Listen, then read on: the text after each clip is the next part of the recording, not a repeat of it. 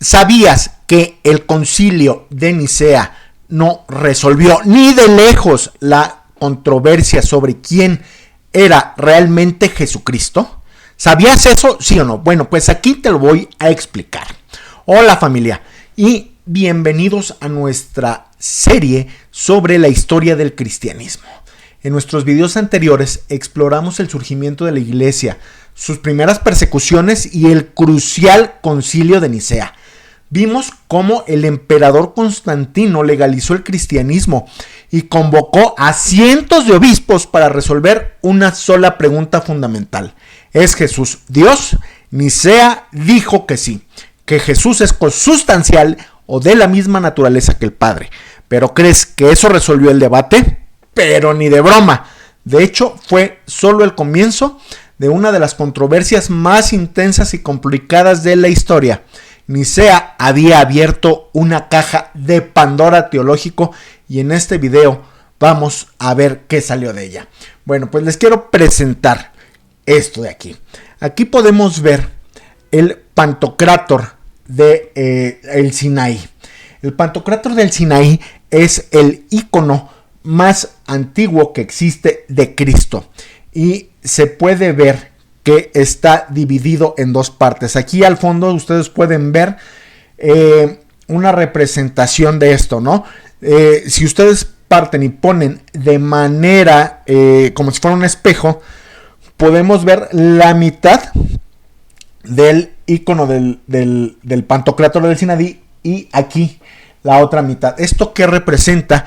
Bueno, pues esta simbología representa las dos naturalezas de Cristo. Esto es un análisis posterior, ¿ok? Pero el icono original se ve tal como lo vemos completo de este lado. A ver, déjenme retirarlo un poquito para que ustedes puedan apreciarlo, ¿ok? Espero que puedan ver aquí los dos rostros de Cristo. Vamos a agrandarlo un poquito. Vean ustedes la hermosura y la belleza de este icono. ¿Ok? ¿Ya ven cómo están representados las dos naturalezas de Cristo aquí? Se ve claramente marcado. Pues bueno, esto es una señal de las controversias cristológicas que había en esa época. Bueno, pues vamos a continuar, señores. Vamos a continuar con esto que se pone buenísimo. ¿Tú creías que ya se había resuelto todo en Nicea? Pues no para nada, ¿ok? Y vamos a explorar qué es lo que estaba pasando, ¿ok? Imagínate esto, se acaba de celebrar el Concilio Mundial para unificar la fe, ¿ok? Pero al salir las discusiones se vuelven aún más feroces. Eso fue exactamente lo que pasó. La solución de Nicea no convenció a todos, entonces surgen toma fuerza los arrianos y los semiarrianos, y por otro lado quedan los completamente convencidos del concilio de Nicea, pero eso traería otros problemas, vendrían precisamente de los grandes defensores de la ortodoxia nicena, ¿ok? Y vamos a entender exactamente qué pasó, ¿ok? Pues los arrianos decían que Jesús fue un ser creado por Dios y no eterno. Y esta discusión siguió más viva que nunca. De hecho, incluso el propio emperador Constantino mostró simpatías al arrianismo. Cerca del final de su vida, se bautizó como arriano y sus sucesores, como Constancio II y Valente, apoyaron abiertamente el arrianismo, lo que hizo que se exiliara a los obispos que defendían la fe de Nicena, como el caso de San Atanasio. Eso ya lo hemos visto en videos anteriores. ¿Ok? El arrianismo se extendió tanto que pueblos germánicos enteros como los godos, los vándalos y los lombardos lo adoptaron como su fe. Pero el arrianismo no era el único desafío. Al intentar explicar cómo Jesús podía ser Dios y hombre a la vez, surgen nuevas ideas que, aunque buscan ser fieles a la ortodoxia nicena, terminaron creando más divisiones. Por un lado está el nestorianismo, promovido por Nestorio, que era entonces el obispo de Constantinopla. ¿Qué decía el nestorianismo? Él insistía tanto en proteger la humanidad y la divinidad de Cristo, pero se fue al extremo que terminó separándolos radicalmente, como si en Jesús habitaran dos personas distintas, el hombre Jesús y el Logos divino. Esto lo llevó a oponerse al título de Theotokos o Madre de Dios para María. ¿Ok? Y eso lo podemos ver hoy todavía en muchas denominaciones cristianas, que se le niega el título de Madre de Dios a María. Y esto argumentaba que ella solo podría ser la madre del Cristo humano, no de Dios. Y por lo tanto proponía el nombre de Cristótocos para María. ¿Ok? Entonces vemos cómo se va complicando la cosa. Defendiendo la ortodoxia nicena se llega a otros errores que había que ir validando y que iban afectando la cristiandad. Como pudimos ver en el video anterior, Constantinopla ya termina con el zanjando ya pues de alguna manera la disputa arriana y semiarriana, pero esto apenas comienza, señores, apenas se está poniendo bueno. Ok, y esperen un segundito. Pues aquí vemos una representación del concilio de Nicea. Ok, una de los obispos que está en el Vaticano, los vemos con indumentarias occidentales. Y por otro lado vemos este otro icono donde, bueno, pues aparece el emperador presidiendo el concilio, ¿vale? Pero ¿qué pasa, señores? ¿Qué pasa aquí? La postura de Nestorio causa un escándalo monumental, especialmente en Alejandría, el otro gran centro del pensamiento cristiano. Allí surgió la reacción opuesta, liderada por su obispo Cirilo. Los alejandrinos, para proteger la unidad de la persona de Cristo, enfatizaron tanto su divinidad que a veces parecían minimizar su humanidad. Este enfoque, llevado al extremo por un monje llamado Eutiques, dio origen al monofisismo. Ok, se fue al otro lado del péndulo. Ok, Alejandría, queriendo combatir el error de Nestorio, hace esto, surge Eutiques, pero Alejandría vendría a rescatar la ortodoxia y sería respaldada por Roma. Sí, suena un poco complejo, pero vamos a ver. Esta doctrina del monofisismo, ¿qué decía? Decía que en la encarnación la naturaleza humana de Jesús fue prácticamente absorbida por su naturaleza divina, como una gota de vino en el mar. Para ellos, Cristo tenía una sola naturaleza y esa era divina. Así que el panorama era todo un caos teológico. Teníamos a los arrianos, que negaban la plena divinidad de Cristo. Teníamos a los nestorianos, que dividían su persona.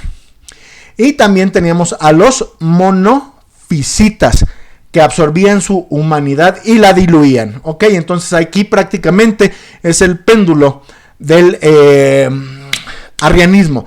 Ok, primero Dios es hombre, pero que decía el nestorianismo, pues prácticamente que son dos personas separadas, y el monofisismo, que decía Jesús solo es Dios. Ok, tenemos todo un espectro que va de solo la humanidad a solo la divinidad, pasando por un punto intermedio. Ok, suena complejo, pero bueno, aquí vamos. Ok, así que el panorama era un caos. Y Alejandría fue quien iba a venir a combatir todo esto a través de San Cirilo de Alejandría. Pero esto no solo tenía tintes teológicos, sino también políticos, ¿ok? Porque también había rivalidades entre Antioquía y Alejandría, que eran pues centros importantes dentro del imperio. Para intentar resolverlo, se convocó a más concilios, pero esto solo empeoró las cosas. En el año 431, un concilio en Éfeso condenó a Nestorio, Pero un segundo concilio en el mismo lugar, en el concilio de Éfeso, es donde triunfa San Cirilo. Ahí el gran protagonista fue San Cirilo. ¿Ok? Pero un segundo concilio en el mismo lugar, en el 449, dio un giro radical y apoyó el monofisismo de Eutiques. Este último fue tan polémico y violento, con monjes controlando el evento por la fuerza, que el Papa León I lo llamó el latrocinio de Éfeso, un sínodo de ladrones. ¡Wow! 400 años después de la crucifixión, la iglesia seguía profundamente dividida sobre quién era exactamente la persona que murió en la cruz. ¿Ok? Bueno, aquí ya no puse la imagen de Nestorio, pero podemos ver aquí un manuscrito bizantino sobre las controversias cristológicas. Y esto se pone muy bueno. Pues este caos ya no podía continuar. No podía continuar, señores. El imperio necesitaba unidad religiosa. Y fue entonces cuando el emperador Marciano convocó un nuevo y masivo concilio en el año 451 en la ciudad de Calcedonia. Pueden ver nuestro video al respecto. Esto cerca de Constantinopla. Ok, Calcedonia es muy cerquita de Constantinopla. Este fue el cuarto concilio ecuménico. Como ven, hemos estado resumiendo los concilios. Tenemos apartados, videos separados sobre cada uno de los concilios. Los puedes buscar. Y su objetivo en Calcedonia era encontrar una solución definitiva que uniera lo mejor de las tradiciones sin caer en extremos. La presión era inmensa. Los consejeros imperiales exigían una declaración de fe clara y unificada. En medio de este debate, la influyente carta del Papa León I, conocida como el Tomo de León, fue recibida con entusiasmo. Incluso al final los padres conciliares aclaman de pie y dicen: Pedro ha hablado por boca de León. El concilio, tejiendo hábilmente las ideas de León con la tradición de Nicea y Constantinopla, logró producir una obra maestra de la teología. La definición de Calcedonia se convirtió en la declaración ortodoxa por excelencia sobre la persona de Cristo para la mayoría de la cristiandad. ¿Ok? ¿Y qué dice esta famosa declaración? Afirma que Jesús es una sola persona, una hipóstasis, no dos, como dicen los nestorianos, y que esa única persona tiene dos naturalezas pero completas, una divina y una humana. Y aquí viene la clave. Estas dos naturalezas existen sin confusión, sin cambio, sin división y sin separación. Es decir, la divinidad no absorbe a la humanidad. Ahí fue un bocadillo contra los monofisitas. Ni la humanidad se separa de la divinidad contra los nestorianos. Otro bocadillo. En Cristo lo divino sigue siendo divino y lo humano sigue siendo humano. Pero ambos están unidos inseparablemente en una sola persona. Jesucristo, verdadero Dios y verdadero hombre.